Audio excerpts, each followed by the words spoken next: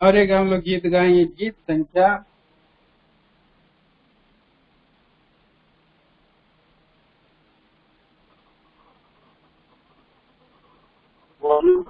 गीत नंबर हम गाएंगे वॉल्यूम थोड़ा कम है भाई।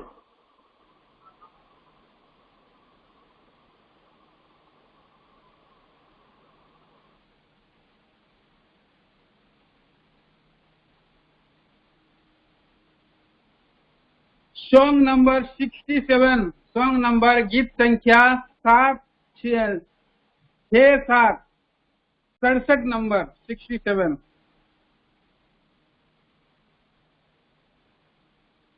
ए यहोवा तूने मुझको जांच कर जान लिया है। ए यहोवा तूने मुझको जांच कर जान लिया है। तू मेरा उठना और बैठना पूरे रूप से जानता है। तू मेरा उठना और बैठना पूरे दिल से जानता है। और मेरे विचारों को भी दूर ही से जानता है। विचारों को भी दूरी से जान जाता है। ए यहोवा तूने मुझको जांच किया है। ए यहोवा तूने मुझको जांच कर जान लिया है। मेरे चलने और लड़ने करता है। मेरे चलने और लड़ने की तू तो ध्यान भी करता है। और पूरे मेरे चलन का भेद भी तू जानता है। और मेरे पूरे चलन का भेद भी तू जानता है। ए यहोवा तूने मुझको जांच कर जान लिया है। ए यहोवा तूने मुझको जांच कर जान लिया है। तूने मुझको आगे पीछे घेर कर रखा भी है। तूने मुझको आगे पीछे घेर कर रखा भी है। और अपना हाथ मुझ पर तू रखे रहता भी है। और अपना हाथ मुझ पर तू रखे रहता भी है। ए यहोवा तूने मुझको जांच कर जान लिया है। ए यहोवा तूने मुझको जांच कर जान लिया है। मैं तेरे आसमां से छिप कर भाग के जाऊं कहाँ। मैं तेरे आसमां से छिप कर भाग के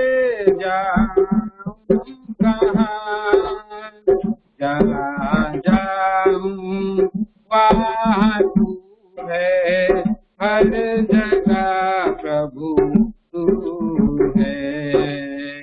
जहाँ जाऊं वहाँ तू है, हर जगह प्रभु तू है।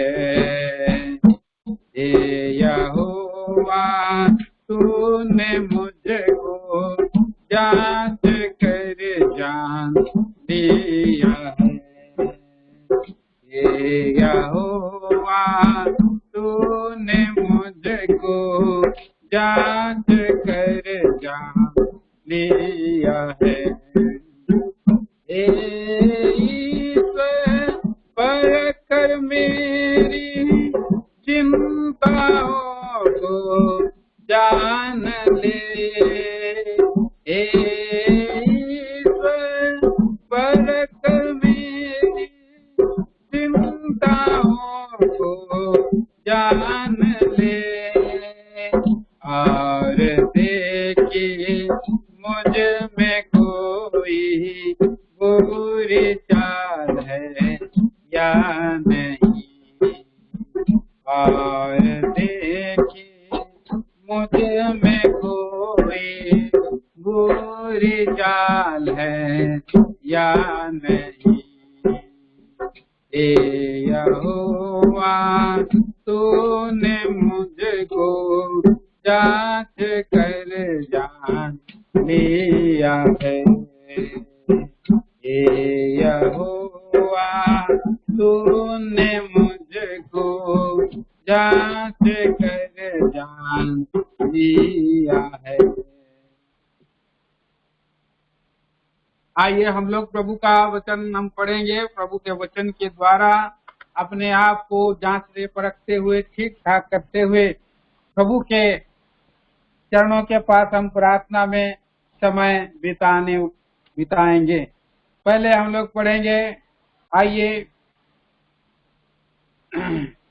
गिनती के किताब से पढ़ेंगे। गिनती की किताब 6वां अध्याय, गिनती की किताब 6 अध्याय में हम आएंगे। तो माफ करिए, गिनती नहीं है, लेवी व्यवस्था 6 अध्याय है। लेवी व्यवस्था की किताब 6 चैप्टर। और हम पढ़ेंगे, बारी बारी से पढ़ेंगे। उसका 6 पद से लेकर के 1 पद से लेकर के 13 पद तक हम पढ़ेंगे। बार बार गिनती आ रहा है। लेवी व्यवस्था 6 अध्याय 1 से 13 वचन। फिर यहोवा ने मूसा से कहा, यदि कोई यहोवा का विश्वासघात करे वह पापी ठहरे, जैसा कि धरोहर, लेन देन या लूट के विषय में अपने चलने के लिए उस पर अंधेर करे, या पड़ी हुई वस्तुओं को पाकर उसके विषय झूठ बोले और झूठी शपथ भी खाए, ऐसी कोई भी बात क्यों ना हो जिससे करके मनुष्य पापी ठहरते हैं। तो जब वह ऐसा काम करके दोषी हो जाए, तब जो भी वस्तु ने लूट या अंधेर करके चाहे कोई भी वस्तु क्यों ना हो जिसके विषय में उसने झूठी शपथ खाई हो, तो वह उसको पूरा पूरा लौटा दे और 5वां भाग भी बढ़ाकर दे। जिस दिन यह मालूम हो कि वह दोषी है, उसी दिन वह उस वस्तु को उसके स्वामी को लौटा दे। 6 वचन। और वह यहोवा के सन्मुख अपना दोष बलि भी ले आए, अर्थात एक निर्दोष मेरा दोष बलि।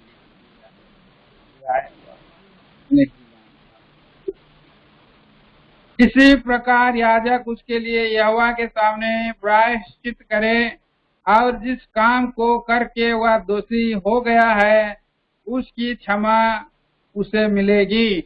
8 वचन। फिर यहोवा ने यह हारून और उसके पुत्रों को आज्ञा देकर यह कह कि होम बलि की व्यवस्था यह है, होम बलि ईंधन के ऊपर रात भर भोर तक वेदी पर पड़ा रहे और वेदी की अग्नि वेदी पर जलती रहे।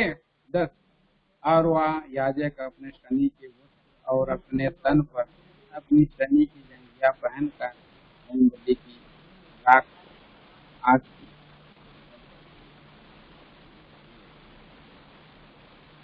तब वह अपने ये वस्त्र उतार कर दूसरे वस्त्र पहनकर राख की छावनी से बाहर किसी शुद्ध स्थान पर ले जाए। 12 पढ़िए।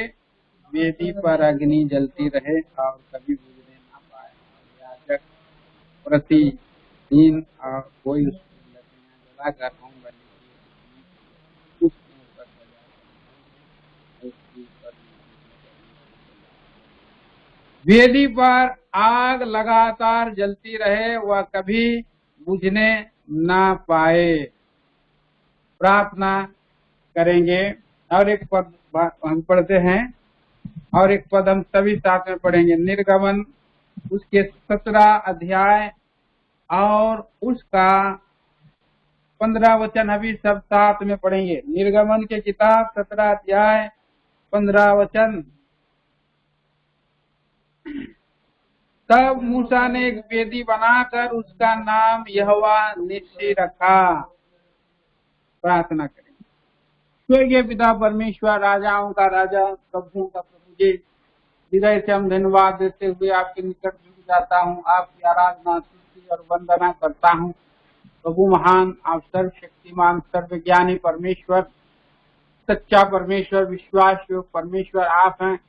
प्रभु जी, हमें आपने फिर से अनुग्रह दिया, मौका दिया है कि आपके लोग प्रभु जी और दूसरे सप्ताह में उपवास प्रार्थना के लिए इकट्ठा हुए हैं। ऑनलाइन और ऑफलाइन दोनों में हम लोग जुड़े हैं और हमारे भाई बहन लोग कल के दिन में प्रभु के घर भी आराधना के लिए इसी रीति से जमा हो। प्रभु जी, बहुत सा जगह में चर्चे खुल गए हैं, परंतु हमारे अंदर में कोई झिझक है, कोई दूर है, कोई प्रभु जी बात है, उस सब हटाएं और प्रभु परमेश्वर आपका लोगों को आप रक्षा करे, रखवाली करे, स्वतंत्रता दें। महान प्रभु परमेश्वर, आपसे विनती और प्रार्थना है और इसी के द्वारा आपका चाल चलन आप स्वर्गीय राज के लिए प्यारे प्रभु हम बिता सके, इसके लिए प्रभु आप ईश्वर से आप विचार दे, वचन दे, आपसे हमारी प्रार्थना है। अंधकार की देखिए अनदेखी शक्तियों को खंडन करें प्रभु, मसीह के इनाम की महिमा के लिए आज की सारी सेवा को स्वर्ग से दें, मनुष्य को नहीं, और आपको हम देख सके प्यारे प्रभु, आपकी सुन सके, समझाने और समझने के लिए हृदय आत्मा दीजिए प्रभु। हृदय से आप ही अपने स्वर्ग से विचार दीजिए प्रभु महान, आपसे हमारी प्रार्थना है। तो संपूर्ण महिमा गौरव इज्जत दे देते हैं। प्रार्थना धन्यवाद को हमारा प्रेमी उद्धार करता यीशु मसीह के नाम में मांगते हैं, सुनिए स्वर्ग राज में ग्रहण करें पिताजी, आमीन।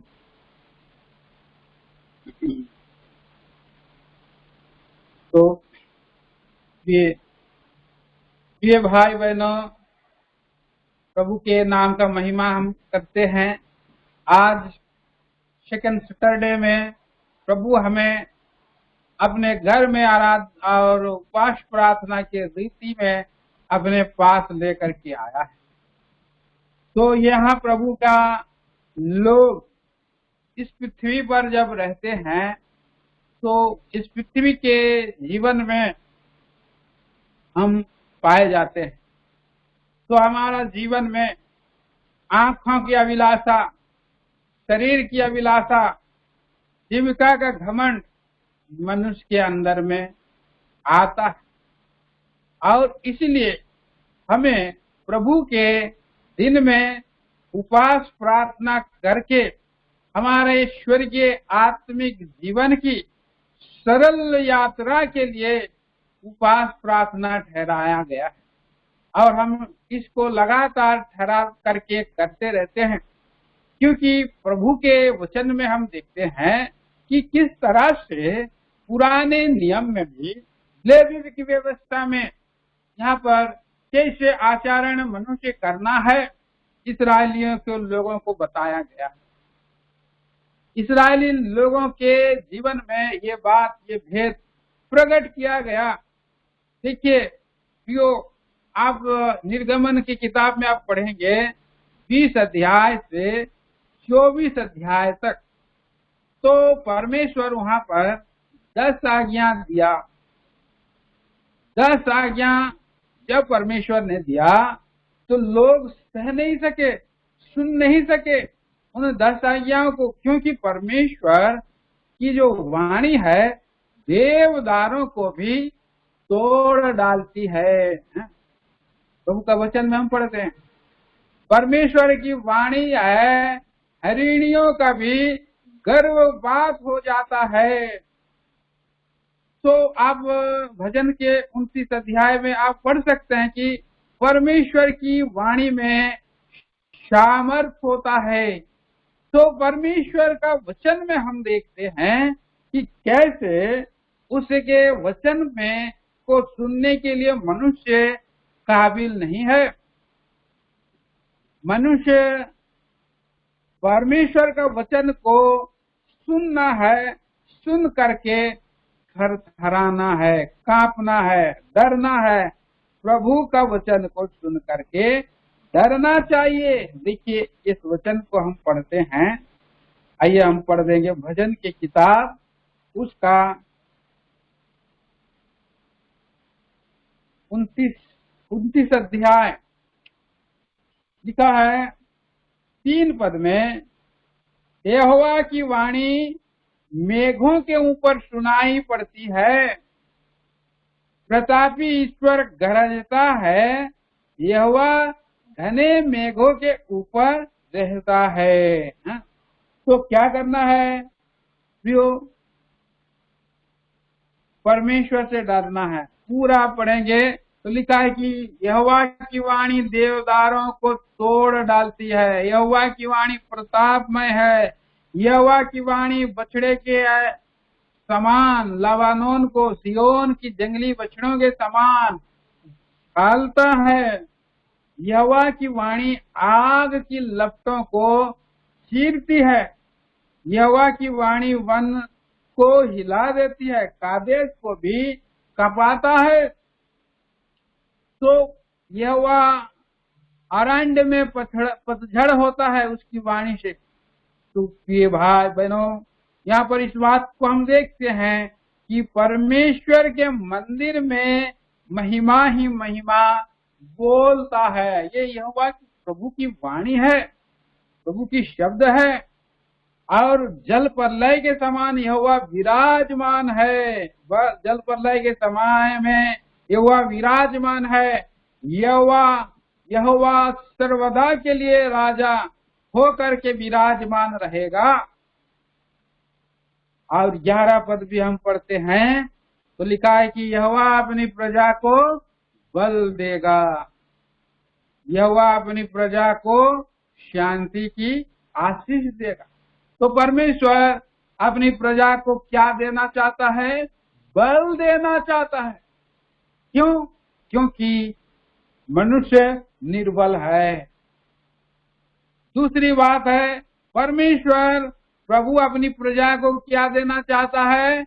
और शांति की आशीष देना चाहता है।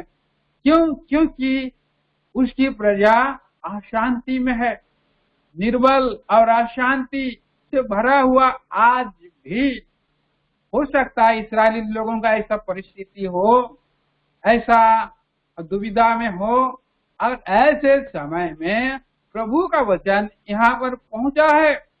और इसलिए प्रिय भाई बहनों, आज मेरे और आपके जीवन में भी ये निर्बलता आ गई है और अशांति से भरा हुआ जीवन है।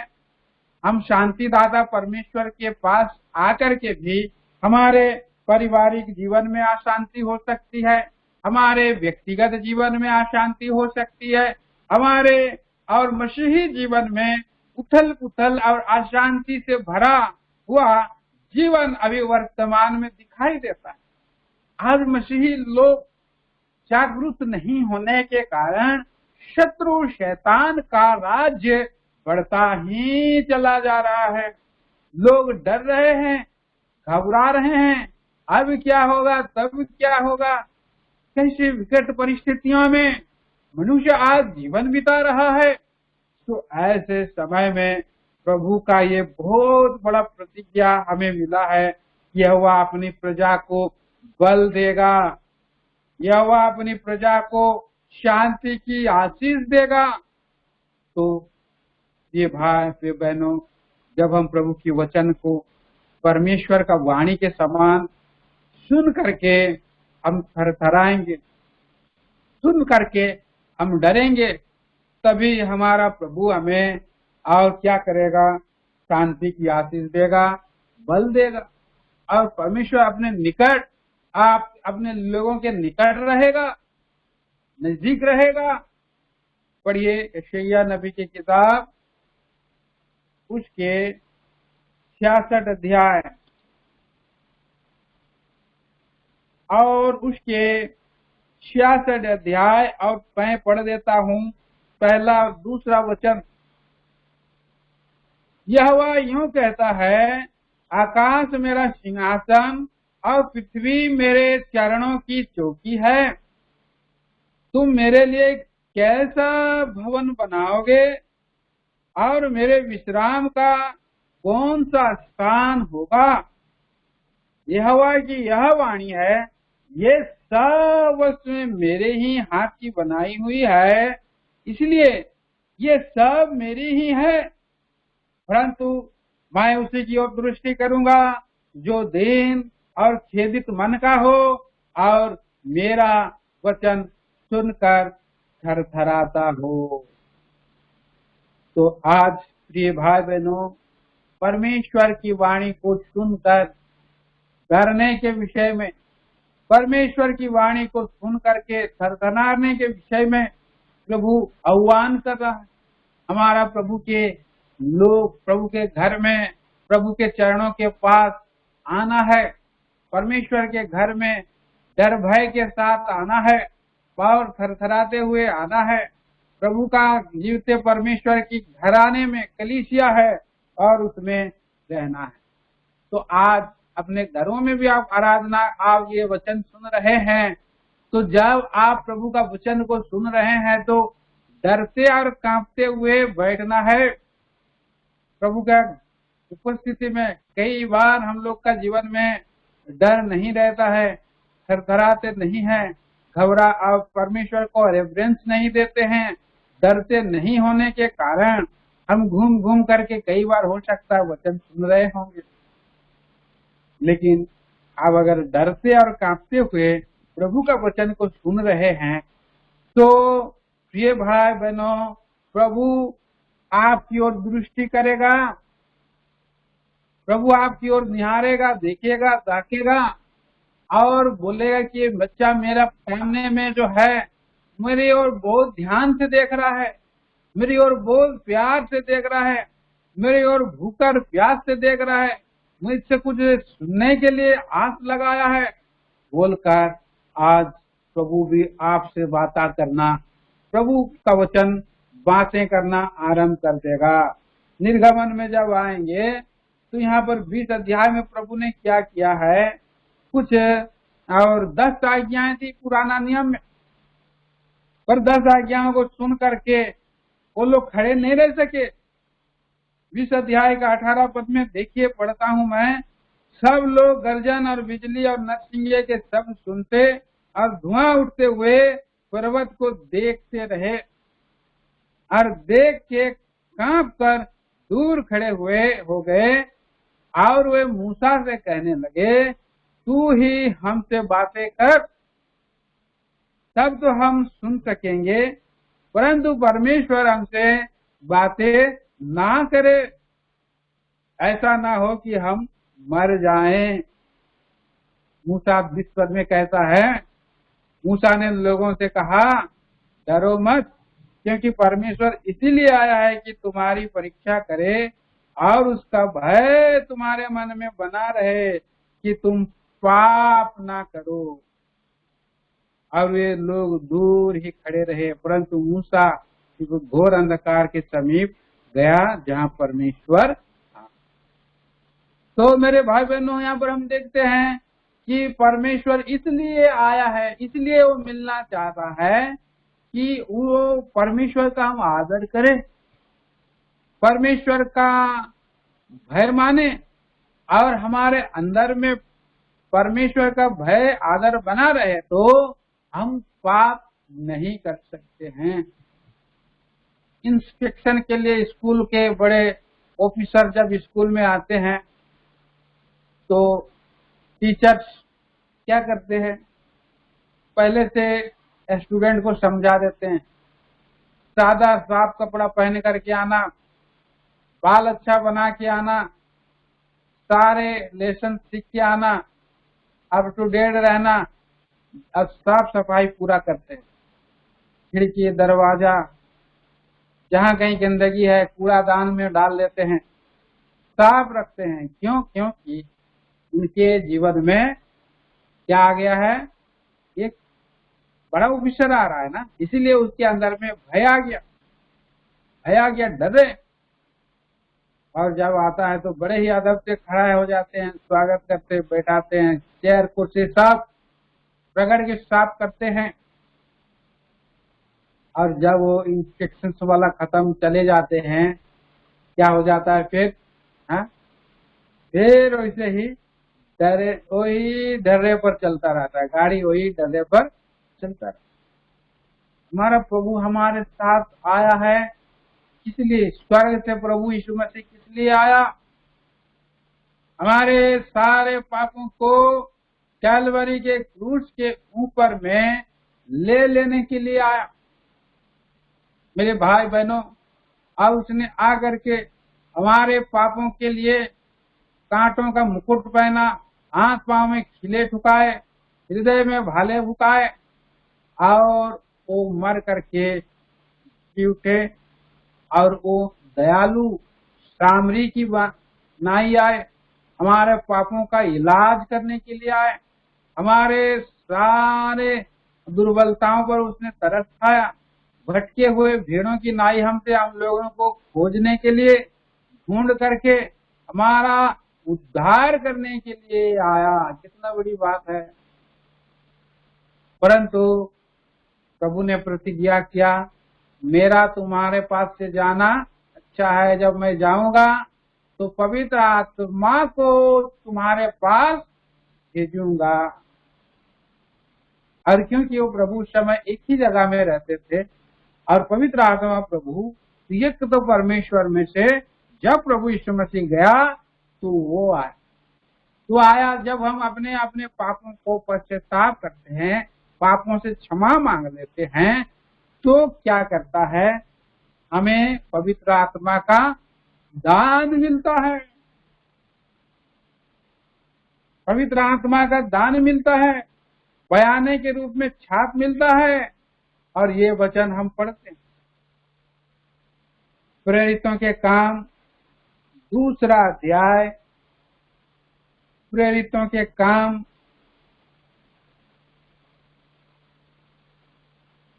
आइए हम उसको पढ़ेंगे। लिखा है, उन लोग बोला पापों का विषय में वचन जब सुसमाचार सुना तो लिखा है यहाँ पर 37 पद से पढ़ता हूँ। तब सुनने वालों के हृदय छिद गए और वे पतरस और शेष प्रेरितों से पूछने लगे, हे भाइयों हम क्या करें? पतरस ने उनसे कहा, मन फिराओ और तुम में से हर एक अपने अपने पापों की क्षमा के लिए यीशु मसीह के नाम से बपतिस्मा ले, तो तुम पवित्र आत्मा का दान पाओगे। पवित्र आत्मा का दान प्रभु दे दिया। और पवित्र आत्मा का मतलब क्या है? पवित्र प्लस आत्मा। जो आत्मा पवित्र है, जो आत्मा शुद्ध है, जो आत्मा का स्वभाव ही पवित्रता का है। तो प्रियो, आज से प्रभु मसीह से पापों की क्षमा मांगने से पहले हमारे अंदर में ये घर क्या है, ये जीवन, ये बॉडी, ये शरीर क्या है? एक प्रकार का घर है। ये बॉडी एक प्रकार का घर है। एक खाली घर में अगर घर को खाली रखेंगे तो घर में कुछ ना कुछ रहे, कुछ ना कुछ रहेगा। चाहे उसके अंदर में सांप रहे, चाहे उसके अंदर में चूहे रहे, चाहे उसके अंदर में छिपकली रहे, चाहे उसके अंदर में किसी किसी का खपरेल घर रहता है वर्षा के समय में और खपरेल से पानी गिर जाता है तो उसके वहां पर पेड़ आ जाता है, वहां पर मकड़ी का जाला आ जाता है और खंडर बन जाता है। कई घर में अगर कोई नहीं रहा तो घर क्या बन जाता है, खंडहर बन जाता है। और उस खंडहर में लोग जाने से डरते हैं, बोलते हैं कि वहां पर नहीं जाना भाई, वहां क्या रहता है, दुष्ट आत्मा रहता है, भूत रहता है। तो आज अगर पवित्र आत्मा नहीं रहा तो परमेश्वर का आत्मा हमारे जीवन में नहीं रहने से मनुष्य संसार में किसकी अधीनता में है, दुष्ट आत्मा के वश में। हम लोग पहले दुष्ट आत्मा के अंधकार के राजा को हृदय पर रखा, लेकिन अब प्रभु यीशु मसीह से पश्चाताप करने के बाद, पापों की क्षमा मांगने के बाद हम किसके हम आत्मा से रहते हैं, पवित्र आत्मा आता है निवास करने की। पवित्र परमेश्वर, पवित्र आत्मा को हम हमारे हृदय में छाप लग जाता है, वो आ जाता है, आता है जाता है, ऐसा नहीं है, सर्वदा के लिए वहां पर आकर के रहता है। लेकिन हमारे अंदर में कई एक बार पाप का स्वभाव है, पाप का स्वभाव इस्राएली लोगों में भी था। इसलिए परमेश्वर ने वहां पर और 10 आज्ञा तो दिया पर कुछ और भी नियम बताए। वो लोग बाद में जो परमेश्वर बोलेगा हम लोग करेंगे। तो बहुत कुछ वहां पर लिखा है। 21 अध्याय में दासों के प्रति उचित व्यवहार कैसा करना है, हाँ, फिर हिंसक कार्य संबंधित नियम बताया, वेदी संबंधित नियम बताया, और पशु के स्वामी का उत्तरदायित्व क्या है। मैं ज्यादा और उसको ध्यान नहीं कर सकता हूँ। क्षतिपूर्ति के नियम क्या है, नैतिक और धार्मिक नियम क्या है 22 अध्याय में, और 23 अध्याय में न्याय और निष्पक्षता का और न्याय और निष्पक्षता का कैसे कर सकते हैं।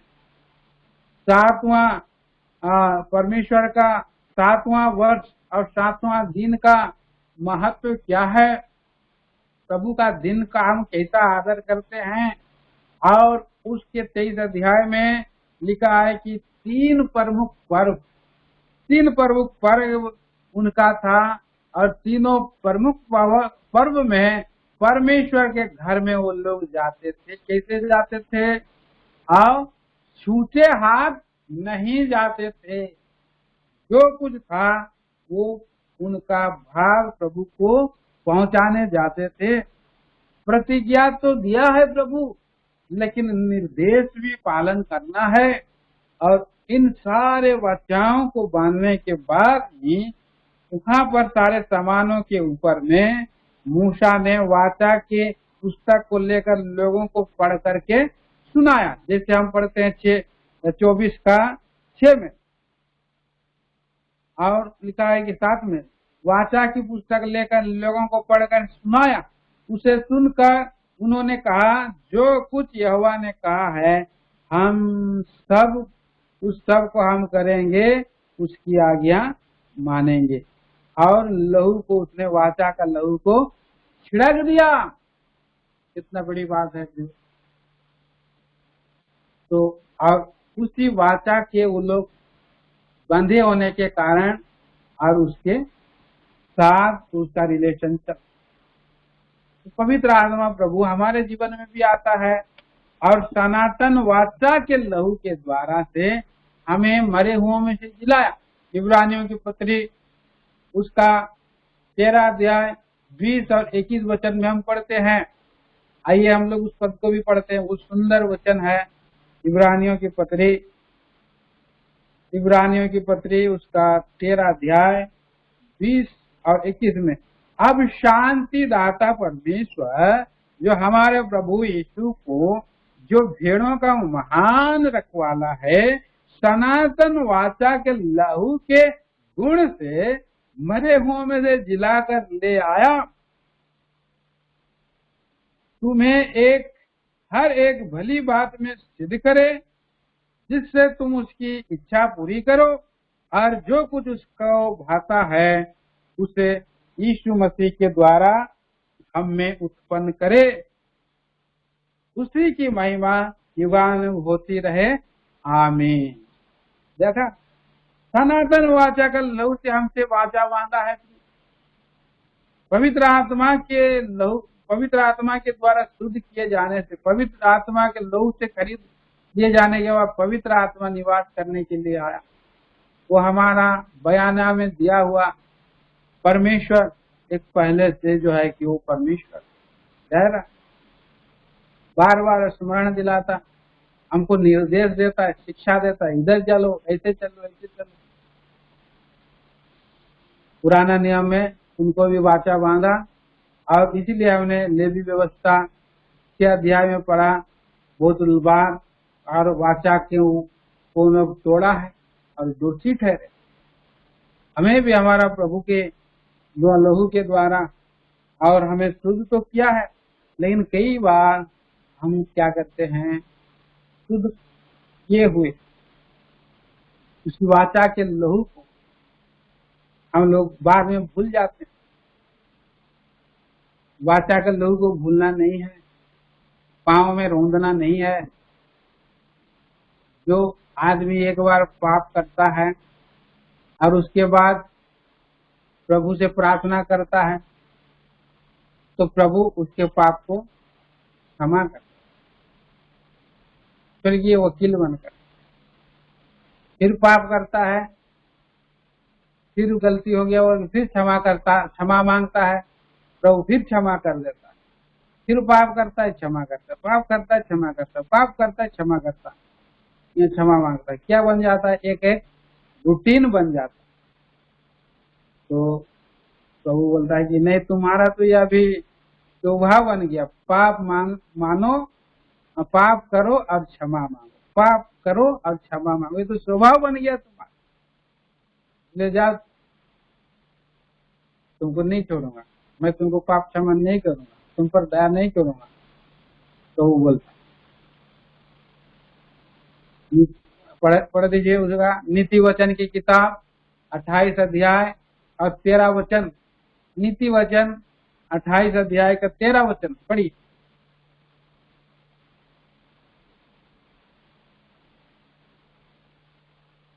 पढ़िए, उधर से पढ़िए, नीचे से पढ़िए, पढ़ दीजिए।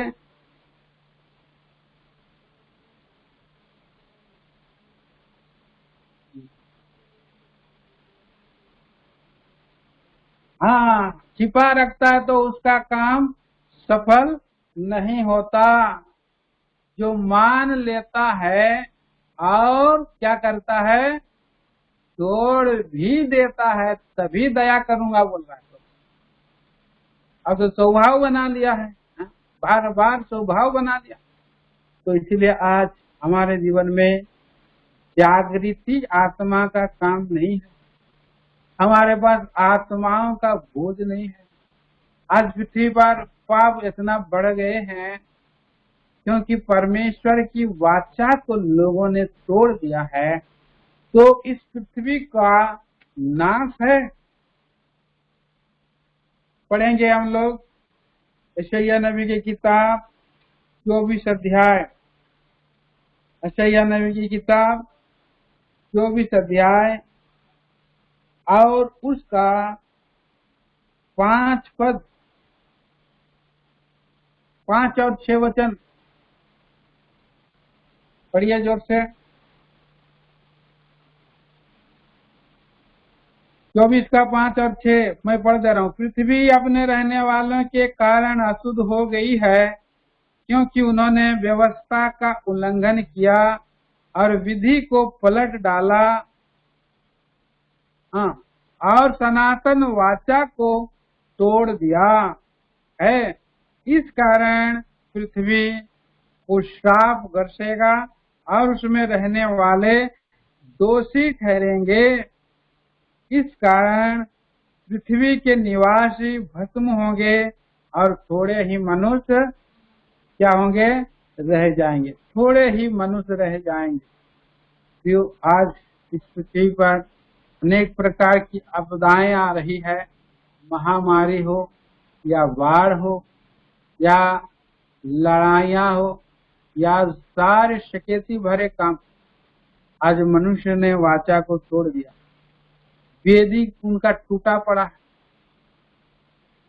पश्चाताप नहीं है, परिवर्तन नहीं है, जीवन पूरी रीति से अस्त व्यस्त हो चुका है, पापों में जीवन बिता रहे विश्वासियों का ये हालत है। तो ऐसे समय पर प्रभु के पास आना है और वेदी को बनाना है। निर्गम अभी हमने पढ़ा लेवी व्यवस्था।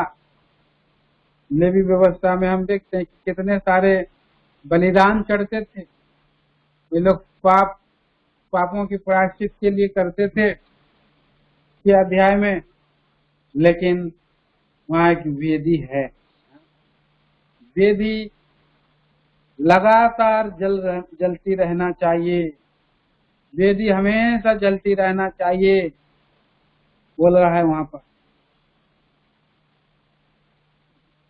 उसका लिखा है कि 13 पद में, 6 का 13 में, पूरा नहीं पढ़ेंगे। लिखा है कि वेदी पर आग लगातार जलती रहे तभी बुझने ना पाए। हमारा जीवन प्रार्थनाशील जीवन बने रहे, हम ठंडे ना पड़े, समय समय पर प्रभु का घर में और जो आना है वहां पर आना है। और इसी से प्रभु का मंदिर एक वेदी है, परमेश्वर का घर क्या है, एक वेदी है। यहाँ पर आ करके लोग जब अपना भेंट चढ़ाते हैं, तन मन और धन, 3 चीजों का भेंट चढ़ाना, तन मन धन से परमेश्वर के वेदी में हमें चढ़ाना है। पुराना समय में दोष बलि के लिए मेढ़ा चढ़ाते थे, पाप बलि के लिए बछड़ा चढ़ाते थे। वो लोग खरीदने में कितना कष्ट होता होगा, कितना कितना पैसे खर्चा करना पड़ता, लोग उसको ढूंढ करके लाना पड़ता। लेकिन यो हमारे प्रायश्चित के लिए प्रभु के सामने में अपना जीवन को समर्पित करना, प्रार्थना करेंगे। प्रार्थना बहुत बड़ी चीज है, वचन बताना से ज्यादा प्रार्थना करना बहुत बड़ी चीज है। वचन समय को प्रभावित करता है, लेकिन प्रार्थना अनंत काल को प्रभावित करता है। समय के कुछ थोड़े से भाग में वचन प्रभावित करता है, लेकिन जब आप वचन प्रार्थना करेंगे तो अनंत काल में काम होगा। हमने पढ़ा, क्या पढ़ रहा था हमने पढ़ रहा था लेवी निर्गमन की किताब में हमने पढ़ा 17 अध्याय में, अमालेकी लोग अचानक चढ़ाई किए, अचानक चढ़ाई कर रहे हैं और इस्राएली लोगों के ऊपर मारने लगे। क्यों? क्योंकि वो लोग असावधान थे, यात्रा कर रहे थे लेकिन प्रभु को नहीं पुकार रहे थे या प्रभु की उपस्थिति में नहीं थे। इस्राएली लोग निकले थे मिस्र में से, लेकिन वो लोग आपस में पानी के लिए लड़ झगड़ रहे, पानी कहाँ से मिलेगा, खाना कहाँ से मिलेगा बोल करके वो लोग लड़ रहे थे। निर्गमन के 17 अध्याय में आप पढ़ेंगे तो वहां पर लिखा है कि हमें पानी दे, पानी दे, लड़ रहे थे वो लोग आपस में। और मस्सा मरीबा नाम पड़ा था, लिखा है कि मस्सा मरीबा मतलब झगड़ा, परीक्षा और झगड़ा, कई बार हम लोग खाना पाने के विषय में हम अपने से भी लड़ते हैं, अपने भाई भाई में भी लड़ते हैं और परमेश्वर से भी झगड़ने लगते हैं। लेकिन परमेश्वर से हम प्रार्थना नहीं करते हैं कि हमारा प्रभु हमें सुरक्षित कानान देश पहुंचा दे। अगर ऐसा प्रार्थना अगर हम नहीं करेंगे, स्वर्ग के परमेश्वर की ओर नहीं देखेंगे, तो क्या होगा? यहाँ पर अमालेकी लोग घुस जाएंगे। 8 पद में अमालेकी लोग आकर के इस्राएलियों से लड़ने लगे, लड़ रहे थे। तो मूसा उस समय आइडिया आया कि अमालेकियों से तो हम लड़ नहीं सकते हैं बिना सहारे के, परमेश्वर के लाठी लेकर के ऊपर चोटी पर खड़ा रहूंगा बोला। और वहां से उसने हाथ को उठा करके तीनों चढ़ गए, मूसा, हारून और हूर। हम लोग यहाँ पर अभी बहू का घर में 3 लोग हैं, आप लोग भी शामिल होइए, आप लोग भी शामिल हैं, ठीक है, अच्छी बात है। लेकिन यहाँ पर प्रार्थना में 2 और 3 आप परमेश्वर के नाम में जब इकट्ठे होते हैं तो वहां पर प्रभु की उपस्थिति होती है।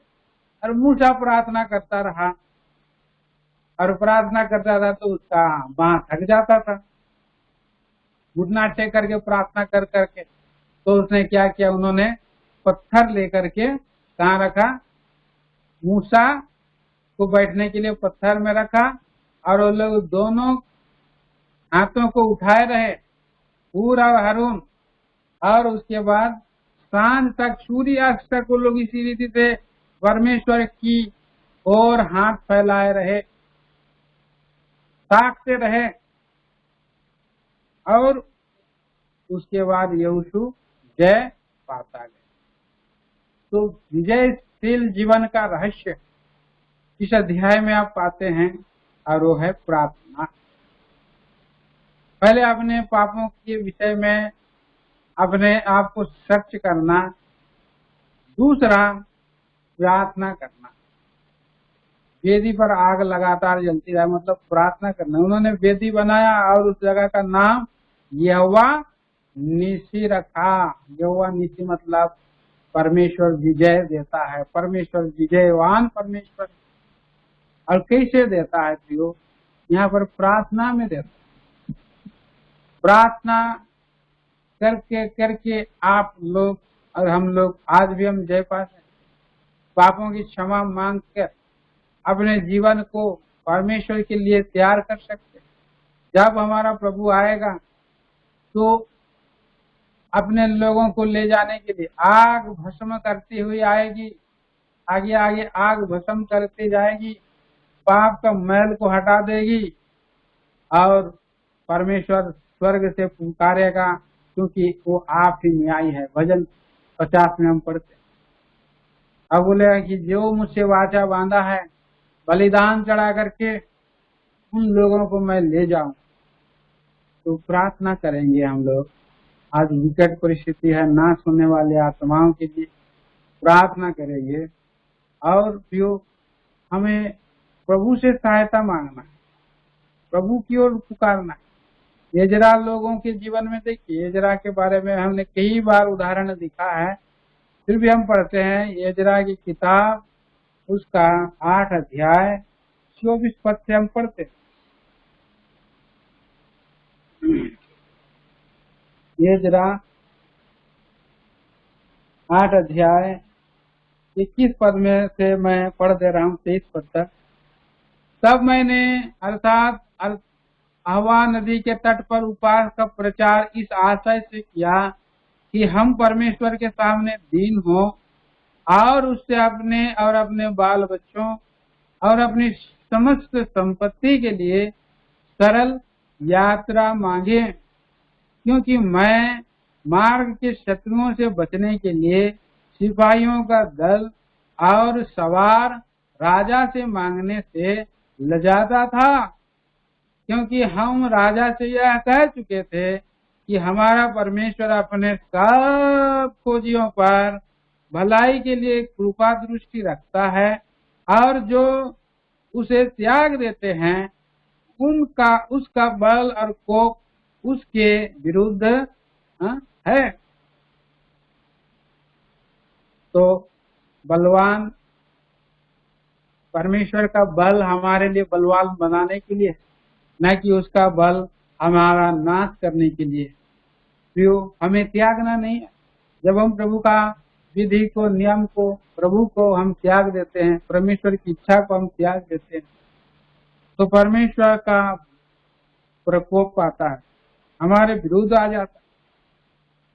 इसलिए ये लोग दीन हुए हैं, उपवास प्रचार किए हैं, और अपने अपने बाल बच्चों और अपने संपत्ति का, आयुब ने भी उसका और उसका आयुब का और आयुब का बाल बच्चों का और सारे संपत्तियों पर परमेश्वर ने बाड़ा बांधा था आयुब। और शैतान इस विषय में उसने कहा है, क्या तूने सब वस्तुओं पर, उनके सब, उसके सब संपत्ति पर बाड़ा नहीं बांधा है क्या? तो कई बार बाड़ा टूट जाता है, तब जब हम परमेश्वर का वाचा को तोड़ देते हैं, जब हम परमेश्वर के नियमों को उल्लंघन कर देते हैं, तो वाचा टूट जाता है। पाप का बाढ़ से मनुष्य का जीवन में और वाचा टूट जाती है, और इसलिए हमारे जीवन को प्रार्थना से और ठीक ठाक करना है, उसको रिकवर करना है। पवित्र आत्मा को हमने कई बार शोकित किया है, दुखित किया है, नाराज है, कोने में बैठा है, तो पापों की क्षमा मांगना है, पवित्र जीवन बिताना है। जब ऐसा हम बिताएंगे, पापों की क्षमा मांगे, मेरे और हमारे जीवन में, हमारे भाई बहनों के बीच में जहाँ कहीं भी अशांति है, सब मेल मिलाप करेंगे, ठीक ठाक करेंगे, प्रभु का वचन हमें सहायता देगा। दीन होंगे, सरल यात्रा मांगेंगे, स्वर्गीय सियोन यात्रा के लिए सरल यात्रा मांगेंगे, और यहाँ पर वो परमेश्वर से सहायता मांग रहा है। दूसरा इतिहास की किताब उसका 16:9 में लिखा है कि परमेश्वर की आंखें क्या करती है, सर्वदा फिरती रहती है इस खोज में कि कौन मेरे पास मुझे पुकार रहा है। तो हमारा प्रभु ऐसा सुप्रीम लॉर्ड है। इस पृथ्वी पर लोग भी कुछ बच्चे लोग कुछ सुपरमैन का देखते हैं, लेकिन हमारा परमेश्वर कई पृथ्वी को निहारने वाला है, और वो देखता रहता है कौन है दीन, कहाँ से पुकार रहा है, कौन मेरी ओर फिर रहा है, कौन अपने जीवन को दीन कर रहा है। तो ऐसे लोगों की प्रभु प्रार्थना करने के लिए सामर्थ्य है। पढ़ दीजिए उसका, पढ़ दीजिए दूसरा इतिहास 16:9, दूसरा इतिहास 16:9।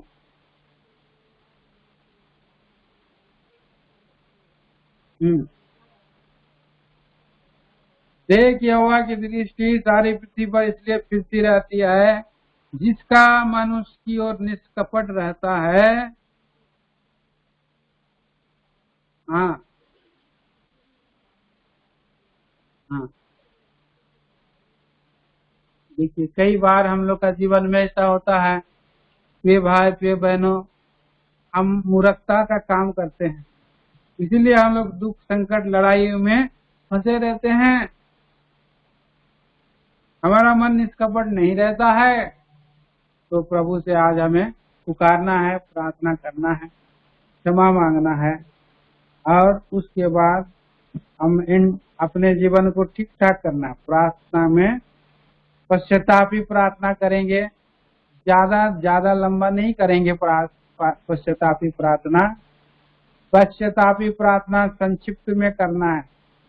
जिस जगह में परमेश्वर ने क्लिक किया, जिस पद से प्रभु ने बातें किया, उसी पद को दोहराना। अगर आप वचन को फिर से आप, और जो वचन बताया गया पूरा उत्पत्ति से प्रकाशित वाक्य तक, ए से जेड तक आप उसको अपने प्रार्थना में और उसको जो है नहीं रखना है। इससे रखेंगे तो एक और मैसेज हो जाएगा, सब लोग एक एक मैसेज बोलते रहेंगे तो क्या होगा, समय प्रार्थना का चला जाए। मैसेज नहीं बोलना है, प्रार्थना को वचन को दोहराना नहीं है, लेकिन एक पॉइंट जहाँ पर प्रभु बात किया उस पद को रखना है और अपने पापों के लिए खेदित होना, अपने पापों के लिए टूटना है, ज्यादा नहीं। चोर ने छोटी सी प्रार्थना किया, क्या कहा? मुझ पर दया कर बोला। उसको हमें हरेक लोगों की दया की, हरेक लोगों को दया की आवश्यकता है, चोर के समान। और उसके बाद हमें प्रार्थना में समय बिताना है। प्रार्थना भी आज जब उपवास प्रार्थना होता है तो पॉइंट अनुसार हम प्रार्थना करेंगे, ताकि 10-10 मिनट सबको प्रार्थना में मौका दिया जाएगा। 10 मिनट में आप बहुत प्रार्थना कर सकते हैं, बहुत लंबा प्रार्थना नहीं करना है। व्यक्तिगत में आप घंटों प्रार्थना करिए। आप 1-2 घर में हैं, मिल करके आप लोग प्रार्थना करते हैं, घंटों प्रार्थना करिए, आए भर भर के प्रार्थना करिए प्रभु। लेकिन मंडली में हम जब प्रार्थना करते हैं तो हम सबों का प्रार्थना को हम करते रहते हैं, इसीलिए हमें संक्षिप्त में प्रार्थना करना चाहिए। तो आइए पहले अपने आप को हम लोग जांचने का प्रार्थना करें। मंडली वाले यहाँ पर जो आए हैं उनको पहले मौका मिलेगी, उसके बाद जो है आप लोग को मैं बोलूंगा और इसके अनुसार आप लोग प्रार्थना करिएगा। आइए हम लोग प्रार्थना में जाएंगे। भाई लायर भाई, और अपना आप को सर्च करें, जांचें।